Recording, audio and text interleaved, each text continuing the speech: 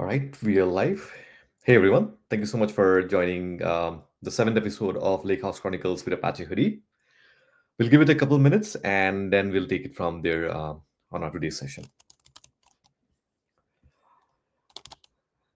Let us know where you're joining in from today, and if you are interested in like operating lake houses or building lake houses, or if you're already doing so um, with Hudi or any other table formats, let us know about that as well.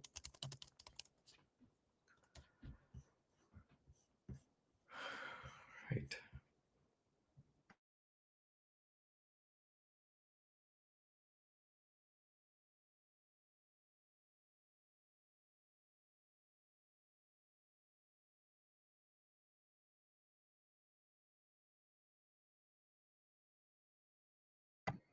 All right, I think we are a minute past or so, and I can see people joining in. So, we'll let that process go through, and we'll start with the session. Just a minute while I pull up the slides here. Perfect. All right. So, thank you once again, everyone, for joining the seventh episode of Lakehouse Chronicle with Apache Hudi. With this new series that we started last year, it's interesting that we are on a seven episode now. But we always try to bring out exciting talks and content for the Apache Hudi community. And typically, we have discussions on critical topics, go over some of the architecture internals, the design goals, do some show and tell on how to get started with Hudi, some of the best practices. We also had interviews with PMC members who can share some of the tactics, some of the new tips and tricks. And overall, the idea is to basically make things easier for developers and users to get started around Hudi and their Lakehouse workloads. So, irrespective of you are already an experienced Hudi user or contributor, or someone who is completely new to this entire space of Lakehouse, and specifically Hudi, you should be able to find a lot of beneficial content over here. Another note, just to remember, is that we also have a recorded version for each of these sessions, and that way you are free to explore these episodes afterwards, or in case you cannot join the live ones. My name is Dipankar, and I am your session host and speaker today. I work as a staff data engineering advocate at Monas.ai, but I focus solely on open source contribution to projects like Apache Hudi and Apache Xtable. And in the past, I have worked with other Lakehouse projects like Apache Iceberg, Apache Arrow. So yeah, I'm also very much available on my socials. So if you have any questions around this presentation today, feel free to find me there, and I'll be happy to like chat or just discuss everything around lakehouses. With that, let's get started with our today's session. And today we are going to talk a little bit more about concurrency control in Open Data Lakehouse, um, and really understand the importance of concurrency in this kind of like high contention environments that you typically expect in a lakehouse, architecture. So we're going to trace back a little bit from the database world, because obviously concurrency is not a new thing. Obviously it's new in how it's implemented in lakehouse formats, but not, it came from the database world. And it has been a critical thing to ensure consistent and safe access to shared data when multiple users or processes, they interact concurrently with the system, with the database tables, right? So as real world system often support thousands of simultaneous transaction, right? The risk of data anomalies or kind of corruption, inconsistency, they become significant without this proper safeguards in place at all.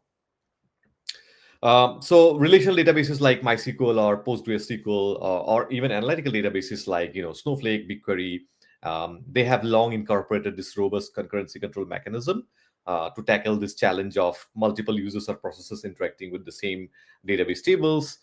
And why this matters?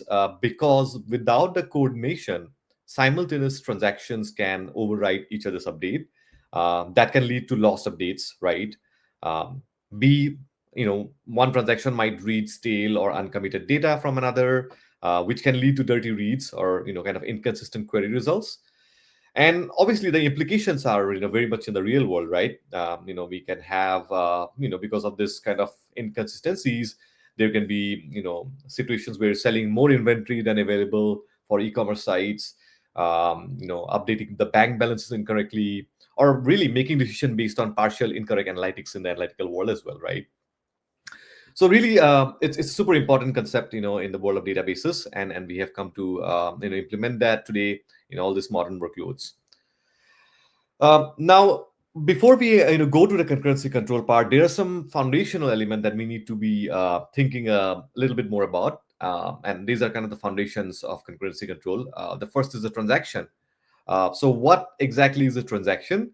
At its core, a transaction is a sequence of operation, like let's say a series of SQL command, and that the system basically treats as a single logical unit of work.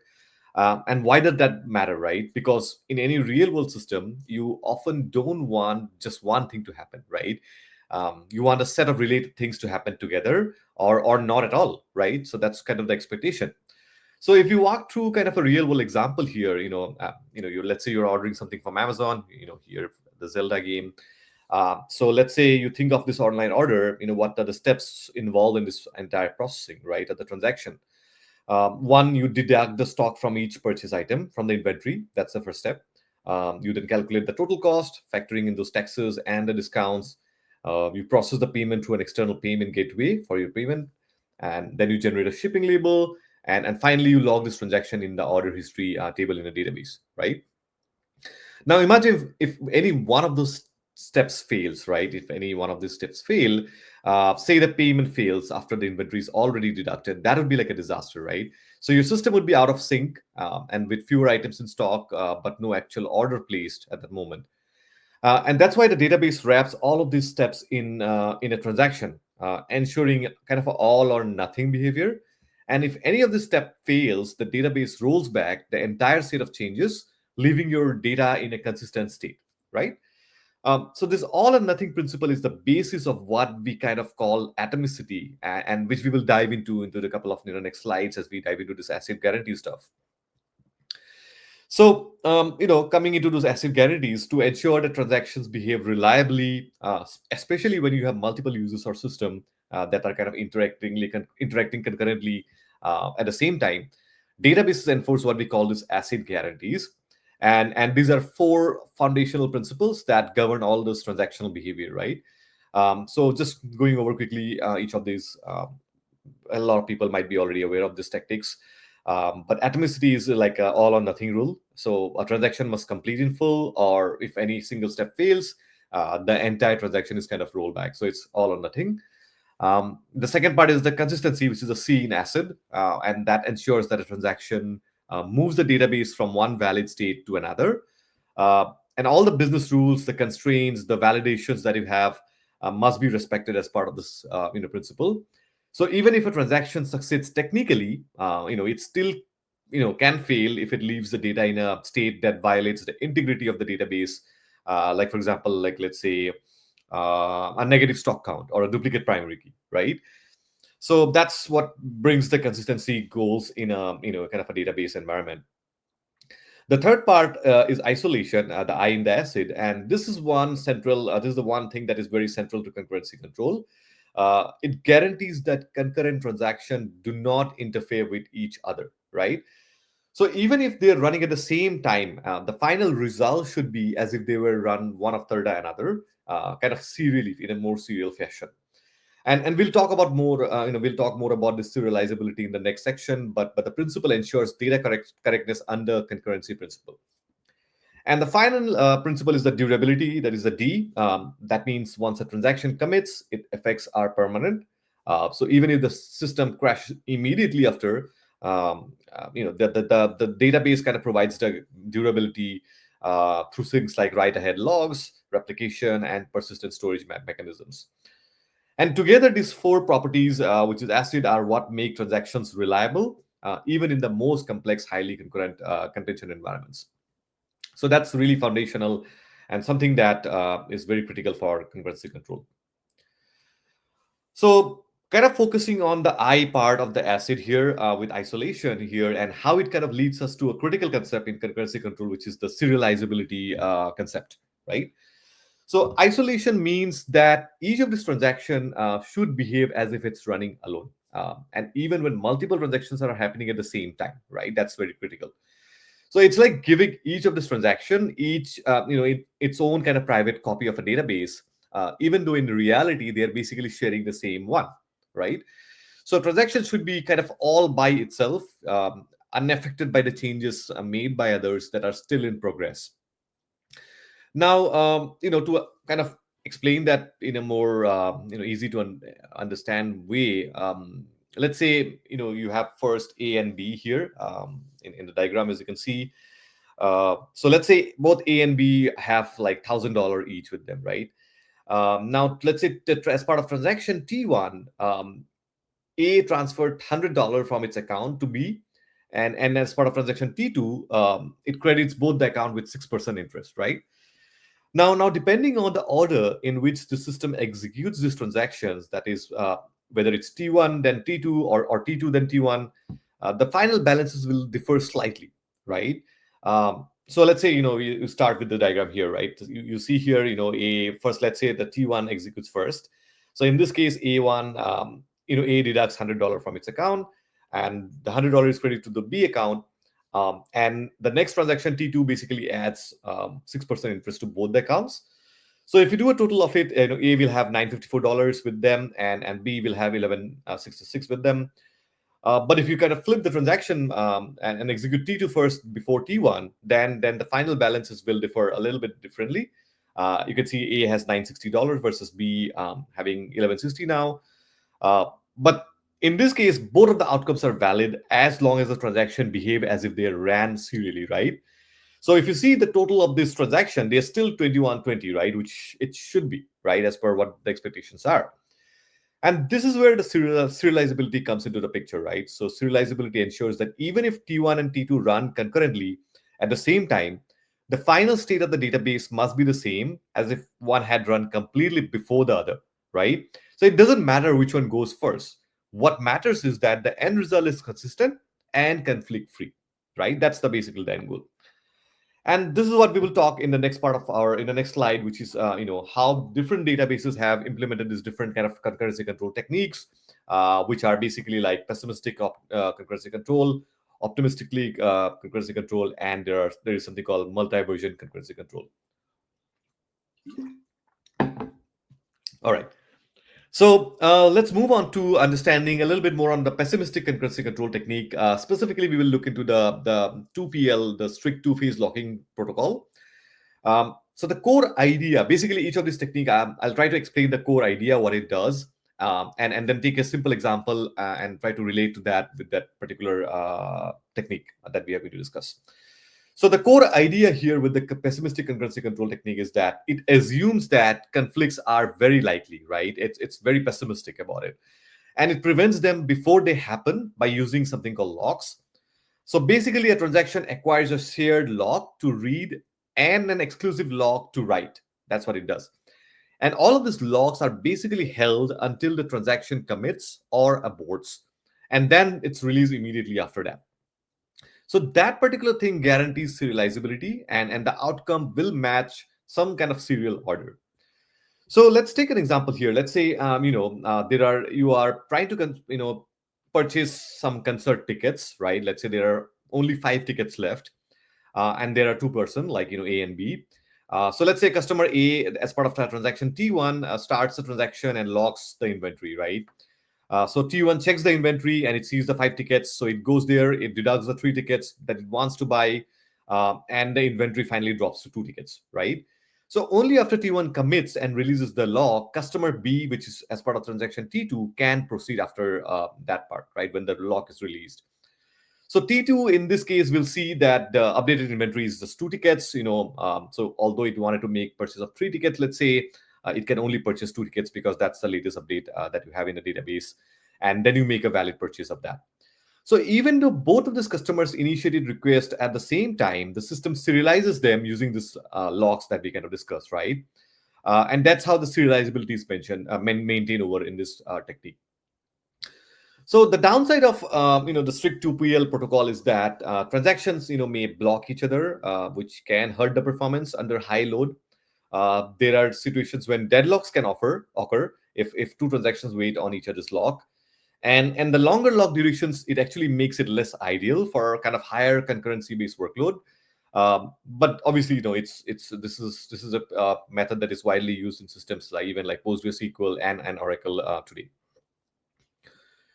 The next method is called optimistic concurrency control, OCC, commonly known as.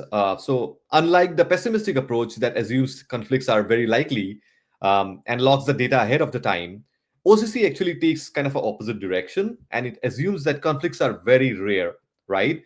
And it only deals with them if and when they actually happen, right? So how OCC basically works is, transaction proceeds without acquiring any logs.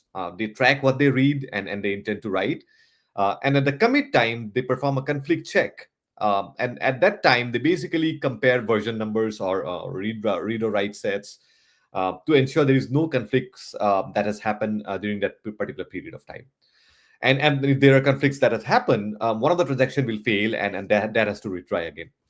So back to our concert ticketing example, let's say customer A, which is T1, customer B, T2, they both read the inventory at the same time as five, and they both prepare to deduct three tickets each, that is buy three tickets each. Now, when they try to commit, in this case, let's say T1's conflict check passes, so it commits and it reduces the inventory to two tickets by buying the three tickets. And in this case, T2's conflict check will fail because it realizes something has changed. So the system kind of like makes it retry that. So T2 can actually retry after that particular conflict check has failed, and now it sees that only two tickets are there, and it successfully purchases or does whatever it wants to, but it cannot get the three tickets because that has already been taken care by T1 as part of the A purchase. So it's kind of non-blocking, and it improves concurrency and throughput, especially in system with low write contention. OCC is really good for that. It's great for read-heavy workloads or when kind of users mostly access different records. But the downside with OCC is that in higher conflict environments, like let's say financial systems or heavily updated rows, OCC can lead to frequent rollbacks, and that leads to a lot of wastage of resources, right? Especially when you're talking about like this, kind of large scale systems, and we're going to talk more about in lakehouses about that. But it can really lead to a lot of wastage in the compute resources and the storage go optimization. And really, it's kind of adds an additional overhead, right? So it's not ideal where contention is expected. But obviously, OCC is a commonly used technique as well in the database systems.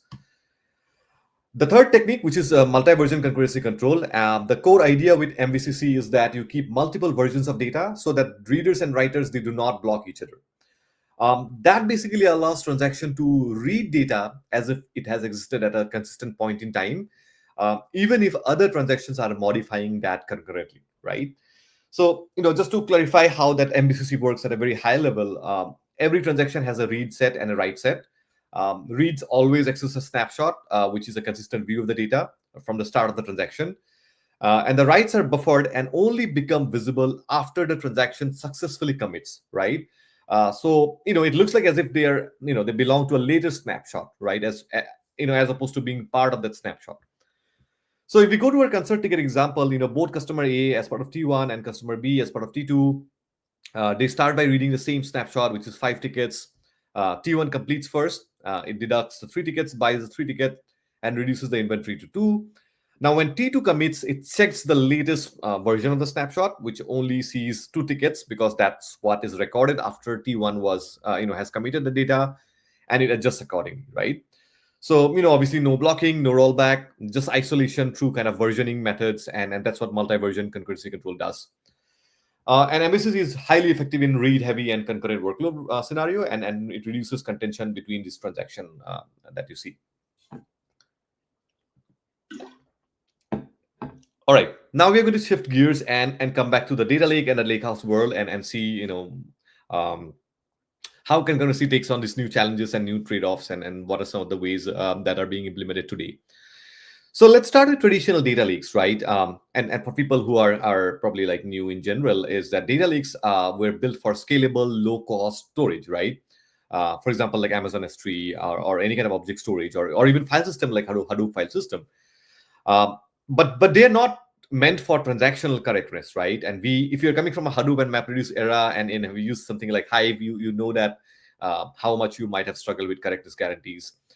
So they don't really have a native storage engine, and that basically takes care of all the asset guarantees part. So there is no storage engine, no asset guarantees. And when multiple jobs try to read and write concurrently, especially on external tables, like Hive table formats, right? You often see inconsistency, like dirty reads, partial file overwrite, or even like jobs interfering with each other. And that's what the left side kind of the image illustrates here. That even a simple log table in Hive raises certain concerns here. And this is where actually the Lakehouse step in, right? Lakehouse systems that is powered by open table formats like Apache Hudi, and other formats like Apache Iceberg and Delta Lake as well. They bring database like concurrency control mechanisms to data lakes. That's what kind of like is one of the main distinction between the data lake and the Lakehouse as well. And they implement techniques like optimistic concurrency control frequently to provide a layer of isolation and correctness. And especially important for kind of ingestion, updates, and deletes in parallel workflows. But again, although we have been implementing OCC for lake houses, OCC, like I said, we discussed some of the trade-offs. Specifically, it assumes conflicts are very rare, which kind of works well for insert kind of like jobs. But in real world analytics, where updates and deletes are very common, like transactional updates, or even things like GDPR purges or backfills, and conflicts are not rare in those cases. They're very much likely. And most implementation today actually check for overlapping file changes at commit time, right? And if the overlap is found, the entire job kind of aborts. And you can imagine the long running job can impact have. If you see the right side diagram here, it kind of shows in action as well. Let's say you have an ingestion job writing every 30 minutes and a long running delete job every few hours. And the delete job fails because it conflicts with one or more intermediate ingestion commits. So in this case, you only have an option of retrying, right? And let's say you retry and it fails again. So these kind of starvation issues become really serious problems in production pipeline. And like I said, you can imagine these long running jobs, the impact that they can have with compute resources and everything.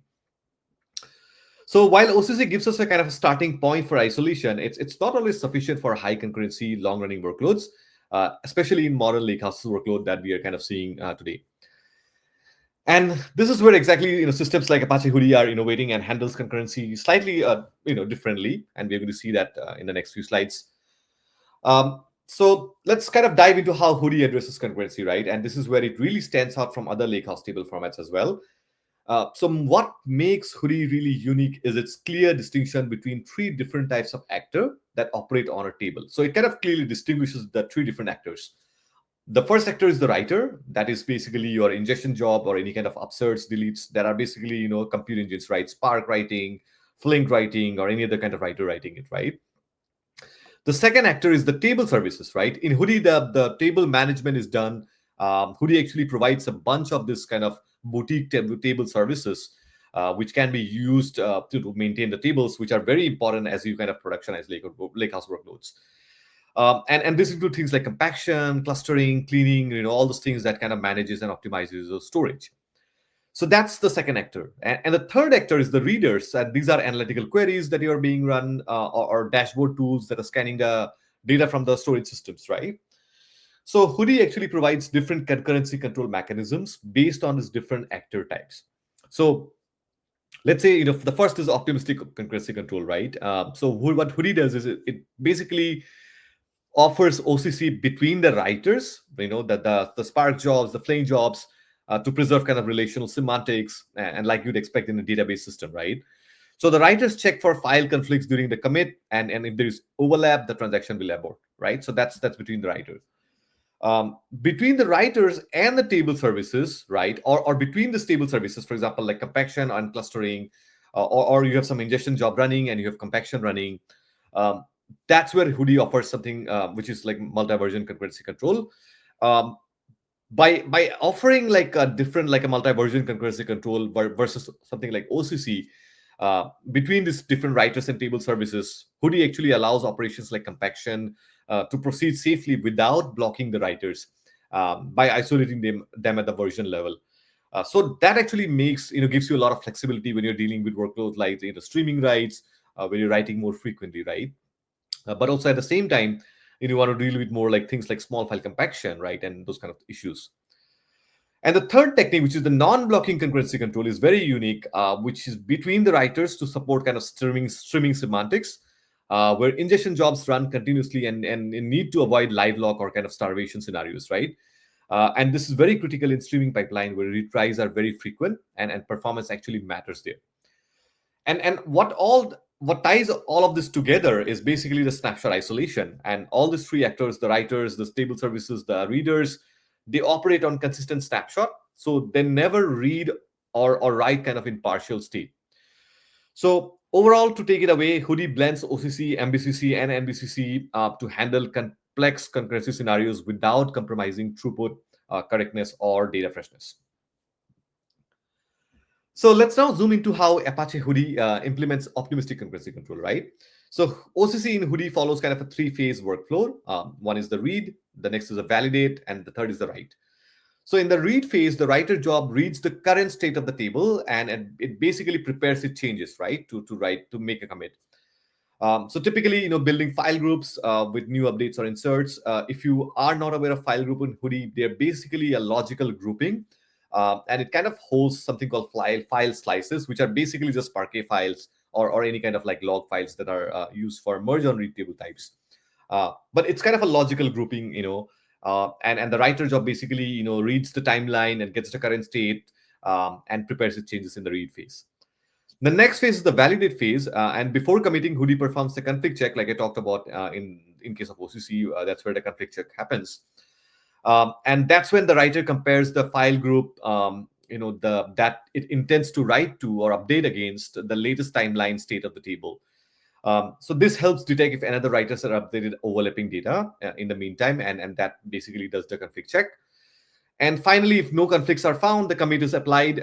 If conflicts are detected, the transaction is rolled back, ensuring that only one writer can commit to a file group at any given point in time. So that basically is the entire flow of OCC. Now, coming to a multi-writer kind of scenario and how Hudi handles multi-concurrency writers with OCC. In multi-writer scenarios, like when, let's say, two Spark jobs are concurrently writing to the same Hudi table, right? In this case, Hudi introduces short duration lock to coordinate the access. And this lock isn't like a long live lock or blocking like, more of like specific system. Instead, this lock is acquired for a very brief moment of time, just long enough to ensure isolation during the commit time. Okay. And the lock can be backed by external lock providers like Zookeeper or Hive Metastore or DynamoDB, or even like with like object stores now with like, let's say, one of the latest update from Amazon S3 was that it could support like things like a lock kind of like typical lock kind of system. So that can also be used if you want to. But here's how the commit protocol would work in this kind of environment, right? So the writer acquires the short lock using the configured lock provider. It then loads the latest Hudi timeline, and timeline is in Hudi basically has a record of all the events that have happened in as part of a Hudi table, right? And the next step is it checks for any completed instance, like any kind of commits that has happened on the same file group with a later time step, right? And this is more of a technical implementation. Now, if it finds a particular commit that has happened on the same file group with a later timestamp, it means another writer has already modified the same data, which means it's a conflict scenario now. And in such a case, the commit is aborted and the lock is released immediately. And this ensures only one writer wins per file group, right? And if no conflicts are detected, the writer proceeds with the commit. So it adds a new file slice, updates the timeline, it releases the lock. And this entire process and design preserves the ACID guarantees while enabling parallel ingestion pipelines. And the most important thing to note here is that it does that without requiring long duration locks or global serialization techniques, right? So this is a great example of how Hudi combines timeline tracking with commit time validation to kind of ensure safe, scalable multi-writer operations. So let's wrap up the OCC section for Hudi by highlighting some of the key advantages that we kind of discuss in real world deployments. First, Hudi acquires locks only at critical points for multi-writer scenario. So that means only during the commit time or while scheduling table services rather than the entire transaction, which actually significantly improves concurrency by allowing writers to work in parallel without contention to happen. Second, the part is that Hudi's OCC logic operates at the file level and not at the table or partition level.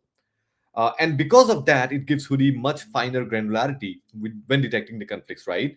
So if two writers modify different files, both can succeed without stepping on each other's shoes. But if the same, if the writers same touch the same file group, only one will succeed and the other is rollback.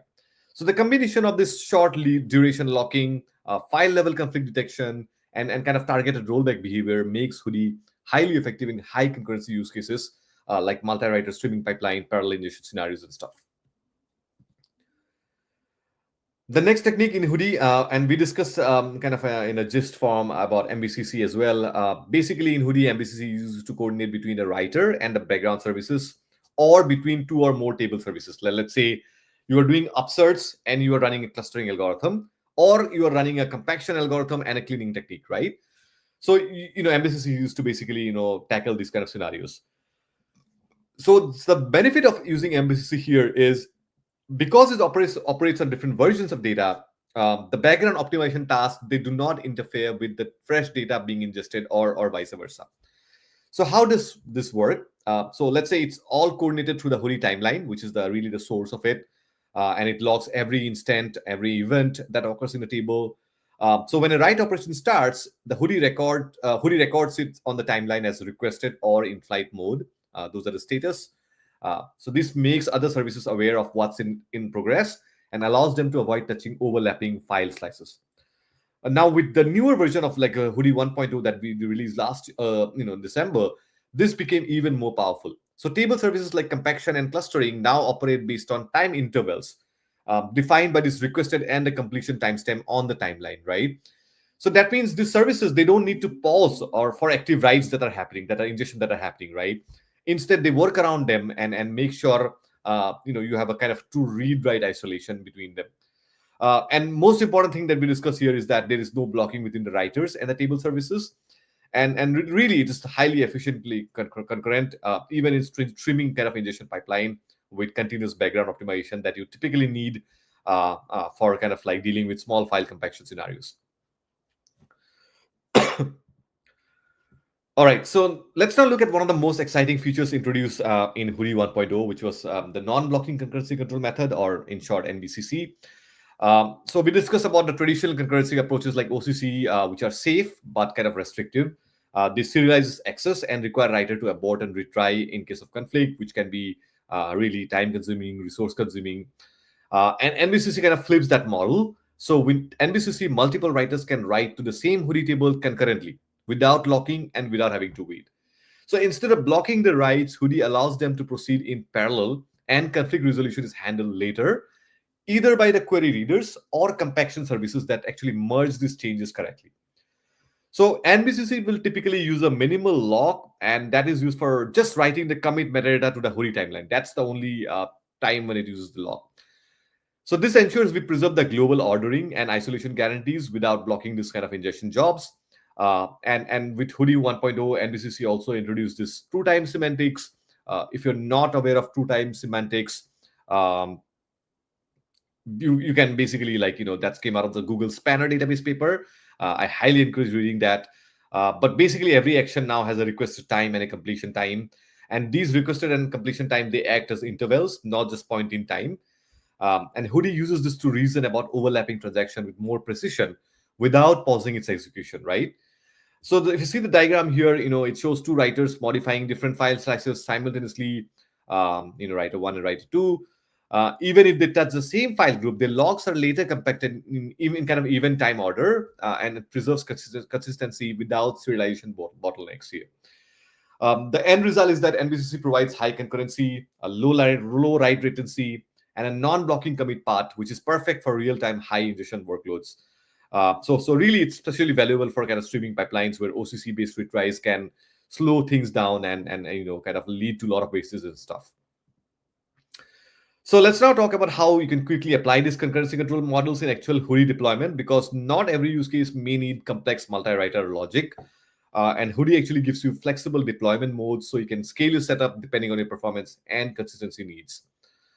So the first option is the single writer with inline table services, and this is kind of the simplest setup, right? You have only one ingestion writer. After each of the write, the table services like compaction or cleaning are triggered inline within the same process, which is very sequential. So no concurrency control is needed here. All the actions are serialized naturally, right? It's more of a sequential arrangement, which is more natural. And readers still get snapshot isolation by MVCC. So this mode works well when you're focused on data correctness and ingestion frequency is kind of low in a way. But the second one is single writer with asynchronous table services, right? In this case, ingestion is continuous, right? But the table services, they run asynchronously in the background within the same process. So in this case, MVCC will ensure that the writer and the table services, they don't step on each other, and even though they are running at the same time. So this boosts overall throughput without requiring multiple ingestion pipelines, right? It's a great fit for streaming or micro batch pipeline, where data freshness and table optimizations both matter equally. And the third and the most complex setup is the multi-writer configuration. And in this kind of advanced setup, you might have multiple ingestion jobs, or you can have a mix of ingestion jobs, plus separate ones, plus the dedicated table services jobs that can run together with this ingestion job as well. So in this case, Hudi uses optimistic concurrency control to handle conflicts. File level granularity enables multiple writers to succeed if they're concurrently, modifying different parts of the table. And when they do conflict, only one wins and the rest retry or abort. And this model is perfect for kind of production grade high concurrent workloads where you have independent pipelines running in parallel. And a key takeaway here is that, you know, among all these different kind of like models, deployment models that you kind of discuss, Hudi doesn't force one approach, right? It distinguishes the writers from the table services and the readers, and lets you combine concurrency control with flexibility depending on your workload. So it really gives you that kind of like ability to decide depending on your workload type. All right, so we are almost closer to the end of the session, and to close out this session, I wanted to like do like a quick look at how other table formats like Iceberg and Delta Lake handle concurrency today and how they differ from Hudi. And let's say Iceberg, for example, uses optimistic concurrency control to manage multiple concurrent writers. So each writer in Iceberg assumes it's the only one making changes. And basically, in Iceberg, there is a concept of like the atomic swap in the catalog. So it creates a new metadata.json file in the metadata tree. And at commit time, the writer tries an atomic swap of the metadata file in the catalog. And if another writer has already committed the changes, the commit fails, and then the writer must, the other writer must rebuild and retry the same thing. So one thing to note here is that table services like compaction or delete job, they follow the same pattern. They treat it as regular writers, and they are subjected to the same OCC technique and retry logic. So this means that in higher kind of contention write environments, retries can be frequent and expensive. So users are usually encouraged to schedule maintenance job. Engineers are recommended to have this maintenance jobs carefully to reduce these contention scenarios. Delta Lake also uses OCC that allows multiple writers to proceed independently, and conflicts are detected at commit time by comparing against the transaction log. So if a conflict is found, the writer's transaction is rolled back and retried using the latest version. Now, in addition to OCC, Delta Lake also employs MVCC, which allows readers to access a consistent snapshot while writes happen in parallel, and data files and log files are immutable, so readers never see kind of partial updates. So here's the blog that I kind of recently published to kind of sum it up. You can find it in the Hudi site, hudi.apache.org/blog. But overall, to sum this particular session up, concurrency control is very critical in open lakehouse architectures, uh, where you have multiple pipeline services that users interact with the same table. And what makes Hudi stand out is this kind of granular understanding of these different actors, the writers, the readers, the table services. And by separating these roles and managing them independently, Hudi ensures consistent snapshot even in the most demanding real-time scenarios. So, kind of to summarize, it supports OCC with multiple writers, MVCC to allow table services to run in parallel with the writers. And with Hudi 1.0, we introduced the NVCC, the non-blocking concurrency control method, which actually takes things even further by allowing multiple writers to operate simultaneously without locking, while providing those guarantees, right? So that's pretty much it. And if you are not a part of the Hudi community or haven't given us a follow on LinkedIn or Twitter, feel free to do so. We always post all the latest that's been happening in the community over there. I also have a QR code to join the Hudi Slack channel.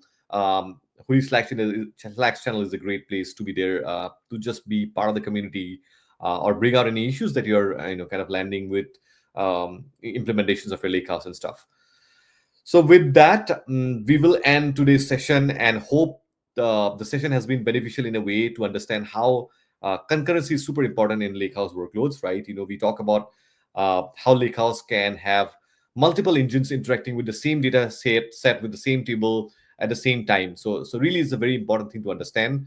And I hope this has given a little bit more deeper understanding of how we should think from the deployment perspective, from the workload perspective, and on the overall things around that. So thank you so much for once again for joining me today in this episode of Lakehouse Chronicle, and I will see you on the next one. Until then, have a good one. Bye.